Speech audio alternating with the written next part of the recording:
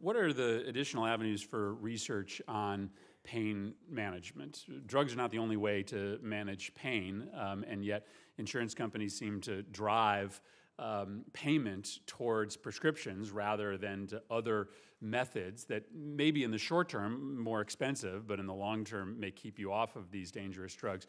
What are the additional avenues we need to do to help give doctors and potentially insurance companies some different ways to manage pain other than the drug? That's a great question. I think the pain clinics that we used to have maybe 20 years ago, which were multimodality efforts to try to provide opportunities for people with chronic significant pain, ways to manage their pain, gave a much better opportunity for something other than an opioid prescription to be the answer. Those pain clinics are harder to find now, in part because they weren't particularly well compensated for the doctors who were spending a lot of time with each patient trying to figure out what's the optimum approach. We do know that for people with chronic pain, if you work through this carefully, that there are other alternatives, such as, in many cases, cognitive behavioral therapy. Chiropractors do, in fact, provide benefit to people with low back pain. We've seen that. The opportunity to use such things as acupuncture, certainly transcranial magnetic stimulation, the ability to do various local kinds of nerve blocks for somebody who has a very localized form of pain.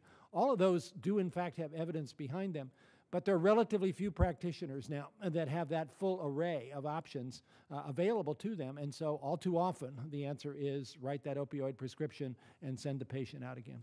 And I would just very quickly note, I think that is in part because of the problem you identified, which is insurance reimbursement. Insurers are not willing to reimburse either for the scope of services or for the amount necessary to bring providers in. And it speaks to the way that risk allocation simply does not work for this population, because if you don't keep someone off of this pathway to addiction, you may not, as the insurer, actually bear the responsibility, because the cost to the individual is so catastrophic that they are likely going to come off your insurance plan because they end up in jail or they end up homeless or they end up out of work. And so we've got to have a conversation about how you structure risk allocation here to promote insurers to pay for the stuff that actually keeps you off of that pain medication pathway. Thank you, Mr. Chairman.